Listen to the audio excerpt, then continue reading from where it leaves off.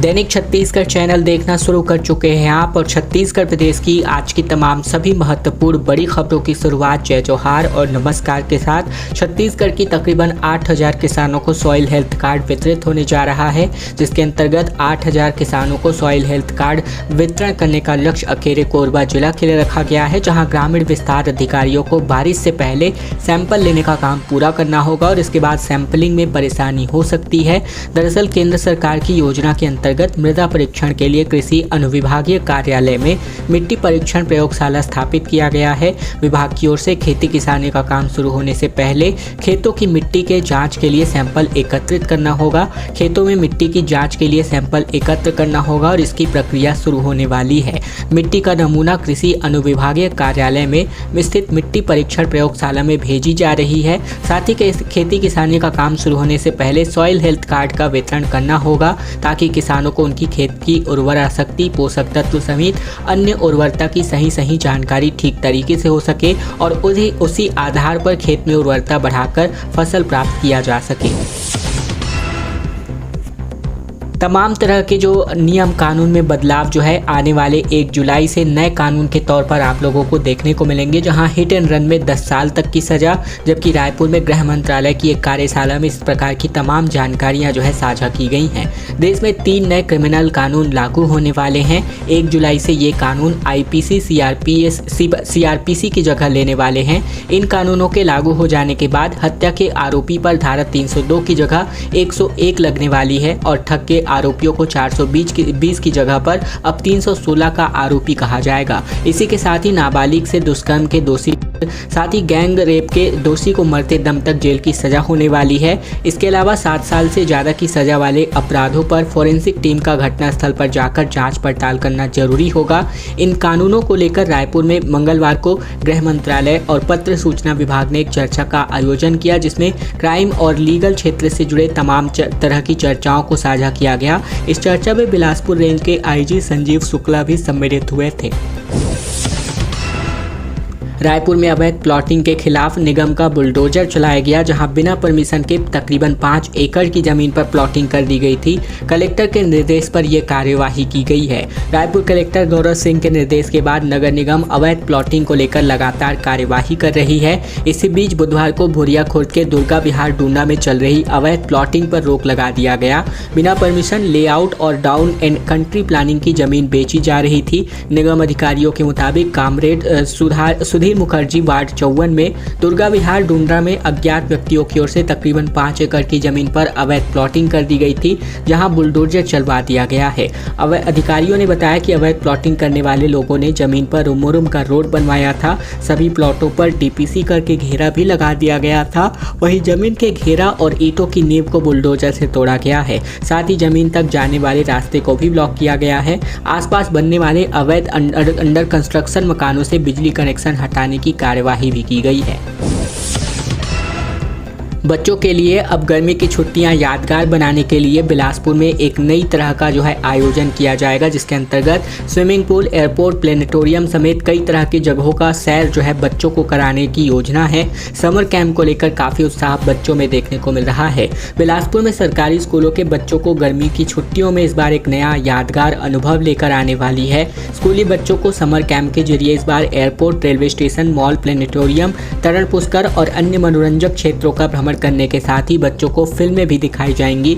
इसी के साथ ही समर कैंप में बच्चों के लिए मनोरंजक और ज्ञानवर्धक गतिविधियों का भी आयोजन यहाँ पर किया जाएगा, जिसमें बच्चे खेलकूद प्रशिक्षण, ड्राइंग, डांस, माटी शिल्प, इसी के साथ ही कहानी लेखन, वादन, हस्तलिपि और अन्य तरह के प्रशिक्षण जो है प्राप्त कर सकते हैं।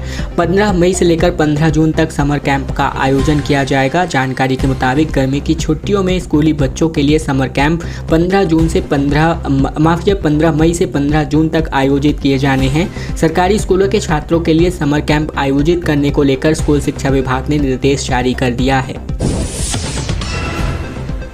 कांग्रेस नेता विक्रम बैस हत्याकांड को लेकर के 2 लोगों की गिरफ्तारी हुई है, जबकि 7 लोग अभी हिरासत में हैं। बिलासपुर में पुलिसकर्मियों को गाड़ी से कुचलने का प्रयास भी कर दिया गया, जहां 6 जिलों में छापा मारकर ये कार्यवाही की गई है। छत्तीसगढ़ के नारायणपुर में कांग्रेस नेता विक्रम बैस की हत्या के मामले में बिलासपुर से 2 आरोपियों की गिरफ्तारी की गई है। इन आरोपियों में विश्वजीत नाग और जसप्रीत सिंह जस्सी को पाराघाट टोल प्लाजा के पास से पकड़ा गया और इसके अलावा भिलाई से भी 3 लोगों को हिरासत में लिया गया है और अब तक इस मामले में 9 लोगों को पकड़ा जा चुका है। इसी के साथ ही बिलासपुर एसपी रजनीश सिंह ने बताया कि मंगलवार रात तकरीबन 10:30 बजे चेकिंग के दौरान टोल प्लाजा पर बैरियर को तोड़ते हुए एक गाड़ी आगे निकली। उसका पीछा करते हुए एक को पकड़ा गया, जबकि गाड़ी में सवार 2 आरोपियों ने पुलिसकर्मियों पर गाड़ी चढ़ाने का भी प्रयास किया और भाग निकले। उनकी सर्चिंग की जा रही थी। उस दौरान एक और आरोपी को बुधवार सुबह पकड़ा गया।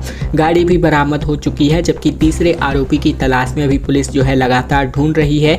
इसके पहले नारायणपुर पुलिस ने सुबह क्राइम टीम की मदद से टाउनशिप एरिया के सेक्टर 9 और सेक्टर 7 में छापा मारकर 3 युवकों, जिनमें संजीव सिंह, सैमुअल और राजीव रंजन को पकड़ा है। 2021 में बैंक डकैती के मामले में सैमुअल जेल भी जा चुका है। और अब खबर सरगुजा से, जहां 500-500 रुपए के तकरीबन 29,000 नकली नोट को जो है बरामद किया गया है। पोस्ट ऑफिस में जमा करने के लिए युवक यहां पहुंचा हुआ था। झारखंड में हनुमान छाप का सिक्का ऑलरेडी बेच चुका है। अंबिकापुर के पोस्ट ऑफिस में तकरीबन 1 लाख रुपए जमा कराने आए युवक के पास से 500 रुपए के तकरीबन 58 नकली नोट मिले हैं। नायब पोस्टमास्टर की शिकायत पर कोतवाली पुलिस ने युवक को गिरफ्तार कर लिया है। इसके पास से तकरीबन नकली 29,000 रुपए की जो है जब्ती भी पाई गई है। ये नोट झारखंड में हनुमान छाप सिक्का बेचने के एवज में मिले थे।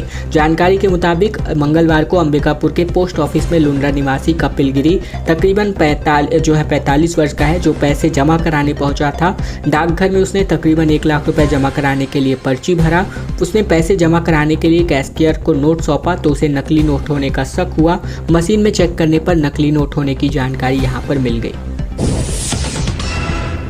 और अब खबर जो है आ रही है छत्तीसगढ़ के जगदलपुर से, जहां पूजा के दौरान आग से उठे धुएं से तकरीबन मधुमक्खी गुस्सा गए और कहर बन करके टूट पड़े।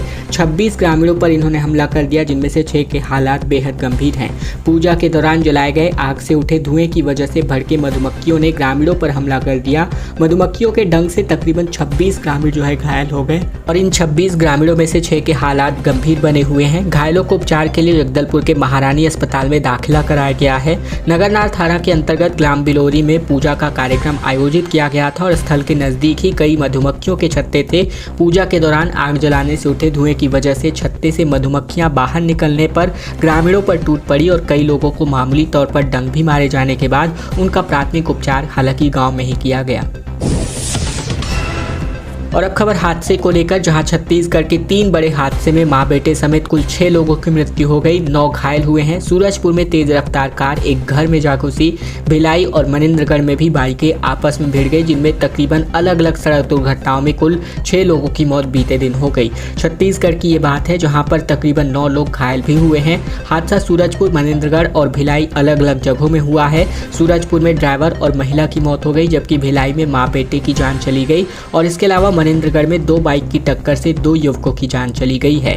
सूरजपुर में मंगलवार रात 8 को तेज रफ्तार कार जो है रिंग रोड किनारे स्थित घर में जा घुसी और हादसे में घर के बाहर एक खाट पर बैठी 42 साल की महिला और ड्राइवर की जो है मौके पर ही मौत हो गई। इसके अलावा बात करें तो यहाँ दूसरा हादसा छत्तीसगढ़ के दुर्ग जिले के भिलाई में हुआ, जहाँ स्कूल के सामने एक अज्ञात वाहन ने जो है बाइक को टक्कर मार दी, जहाँ बाइक सवार माँ बेटे की जो है मौके पर ही मृत्यु हो गई। पत्नी और बच्चा जो है दूर सड़क पर जा गिरे। वहीं तीसरा हादसा मनेन्द्रगढ़ में हुआ, जहां पर सुबह नेशनल हाईवे 43 पर 2 बाइकों में जबरदस्त भिड़ंत हो गई और दोनों बाइक सवारों की मौके पर ही जान चली गई। आदिवासी नेता ने कहा कि बीजापुर का मुठभेड़ फर्जी है, निर्दोष ग्रामीण मारे गए हैं। कहा 10 मई को पीडिया में तेंदुपत्ता तोड़ने के लिए ग्रामीण गए हुए थे, पुलिस ने दौड़ा कर इनको पीटा है। दरअसल बीजापुर, सुकमा और दंतेवाड़ा इन 3 जिलों की सीमाओं पर स्थित पीडिया गांव में 10 मई को हुई मुठभेड़ को लेकर कांग्रेस और सर्व आदिवासी समाज के लोगों ने इनको जो है इस मुठभेड़ को फर्जी बताया है। पुलिस पर आरोप गंभीर तरीके से लगाए गए हैं कि तेंदुपत्ता तोड़ने गए ग्रामीणों पर पुलिस ने फायरिंग की मारे गए लोग ग्रामीण है। वहीं पुलिस ने 12 नक्सलियों के ढेर होने का दावा किया। इन पर तकरीबन 31 लाख रुपए का इनाम था। गोलीबारी में उसी इलाके से 15 साल के नाबालिग लड़के को भी पैर में 3 गोलियां लगी हैं। उसका कहना है कि तेंदुपत्ता तोड़ने अपने दोस्तों और गांव वालों के साथ जंगल में गया हुआ था। उसी समय गोलियां चली और वहां नक्सली नहीं थे। पुलिस ने दौड़ा कर मारा है। नाबालिग ने कहा कि गोली लगने के बाद वह चट्टान के बीच छिप गया था, जिससे उसके साथ लोग भाग गए थे। परिजन और गांव वालों ने कहा कि जब फायरिंग रुकी और फोर्स गांव से वापस लौटी तो वे लोग नाबालिग को ढूंढने निकले थे। जंगल में उसे काफी खोजा गया। वह चट्टान के पास बेसुध हालत में पाया गया था, जिसे खाट के सहारे अस्पताल लाया गया। और अब खबर छत्तीसगढ़ के सरगुजा जिले से आ रही है, जहां बीती रात को किराना दुकान में आग लगने से एक महिला जिंदा जल गई। बताया जा रहा है कि दुकान में बेचने के लिए पेट्रोल निकालने के दौरान ये आग लगी, जिसमें महिला दुकानदार और पेट्रोल लेने आया युवक दोनों झुलस गए। घटना गांधीनगर थाना क्षेत्र के कंचनपुर की बताई जा रही है।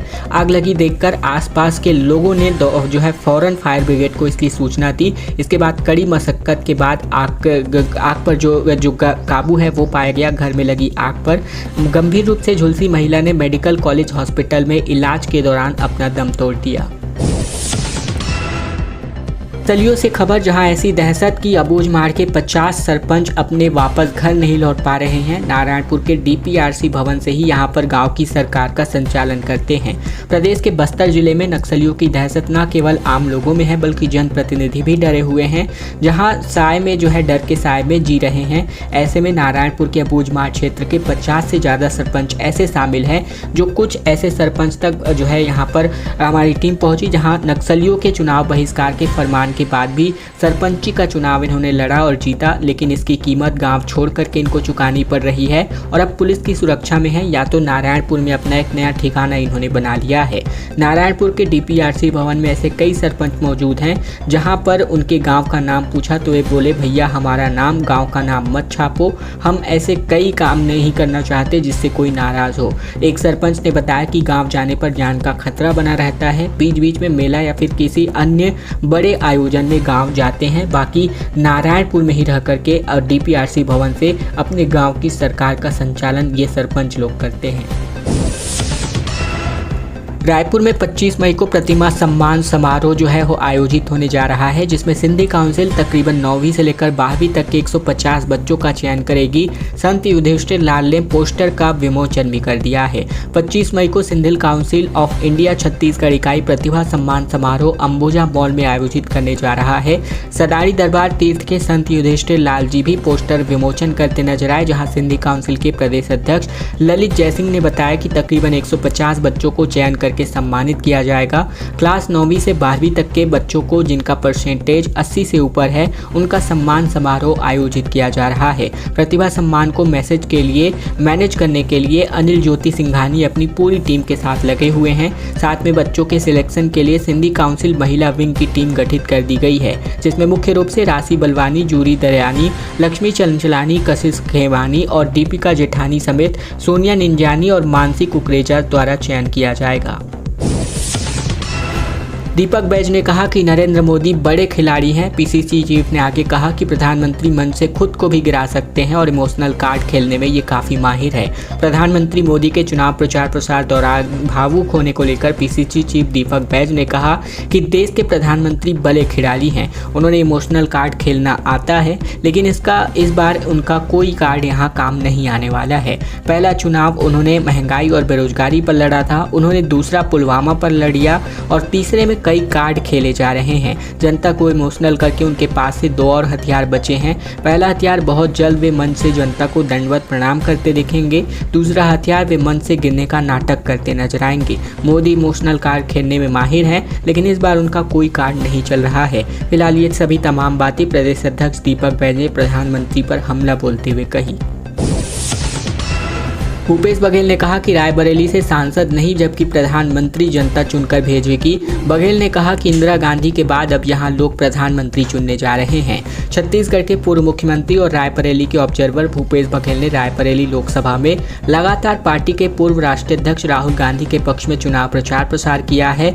रायबरेली के बथुआ में उन्होंने एक बड़ा दावा किया, जहां उन्होंने कहा कि जनता से बातचीत करते हुए भूपेश बघेल ने कहा कि रायबरेली से सांसद नहीं जनता पीएम चुनने जा रही है। उन्होंने कहा कि रायबरेली के लोग सिर्फ लोकसभा सदस्य नहीं चुन रहे बल्कि स्वर्गीय इंदिरा गांधी जी के बाद अब रायबरेली के लोग देश का प्रधानमंत्री चुनने जा रहे हैं। एजाज ढेबर ने कहा कि प्रधानमंत्री भी शहर की समस्या दूर नहीं कर सकते। बीजेपी पार्षदों ने रायपुर निगम का घेराव किया, जिस पर साहब ने कहा कि मेयर को पद पर रहने का अधिकार नहीं है। रायपुर मेयर एजाज ढेबर ने भाजपा पार्षद दल के हंगामे और इस्तीफे की मांग पर कहा कि ये मुझसे 5 साल से इस्तीफा मांग रहे हैं। सबसे बड़ी बात यह है कि मैंने जो बयान दिया है उसको गलत तरीके से पेश किया गया। मैं उस बयान पर कायम हूँ कि सफाई की समस्या, पानी की समस्या लगातार रहेगी। बीजेपी इस पर राजनीति कर रही है। एजाज ढेबर ने कहा था कि शहर की समस्याओं का निदान प्रधानमंत्री नरेंद्र मोदी भी नहीं कर सकते। इस बयान के बाद से वे भाजपा के निशाने पर है। डिप्टी सीएम अरुण साहब ने कहा कि ढेबर अगर मेयर की जिम्मेदारी नहीं संभाल सकते तो उन्हें पद पर बने रहने का अधिकार नहीं है।